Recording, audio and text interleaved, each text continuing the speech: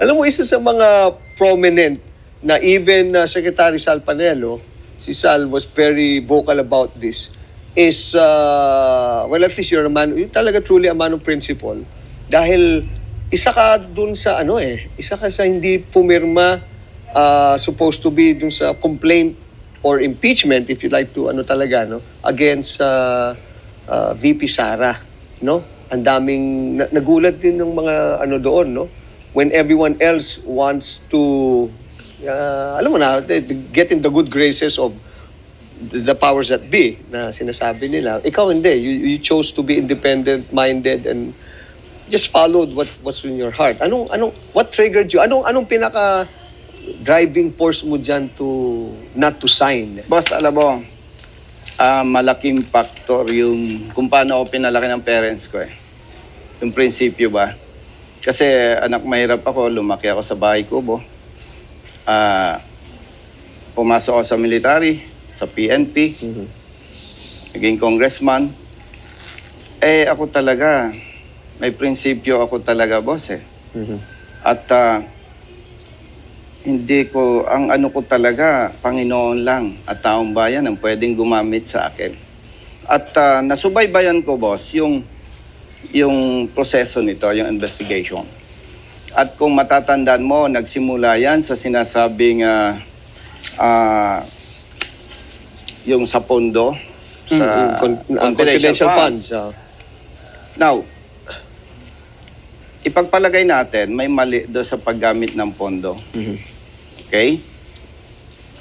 Ang nakikita ko doon, may ibang pamamaraan na kung saan, kung ang interes ng sino man ay protektahan ang pera ng taong bayan, bakit si Vice President Duterte lamang?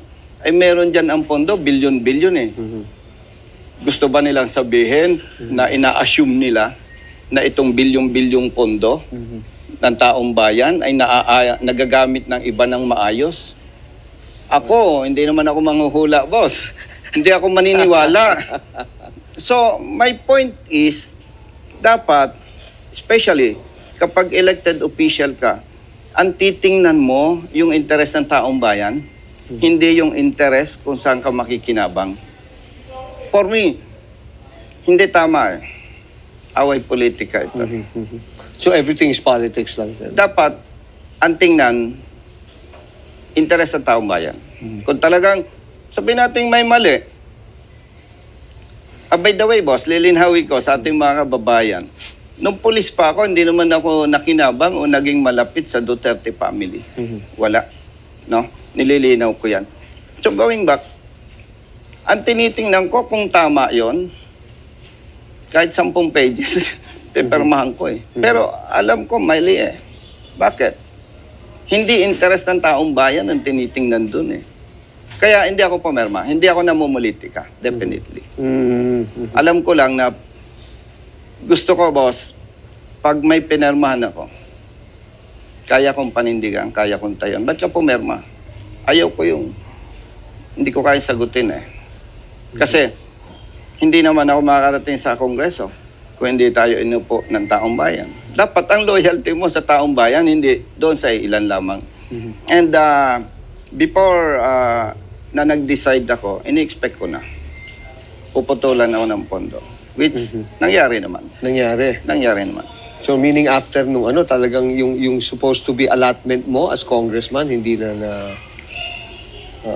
Ang isa dyan, particular, yung medical assistant funds para sa ating mga kababayan. May mga humingi ng tulong sa atin. Anong gagawin ko? Kailangan ng suporta doon sa kanilang medical bills. Wala tayong magagawa, sabi ko. Masakit, gusto mong tumulong, di ka makatulong. Inalisan ka ng pondo. O anong magagawa mo? Hindi ko pinagsisisihan yon. Ang importante sa akin, ang loyalty ko sa taong bayan.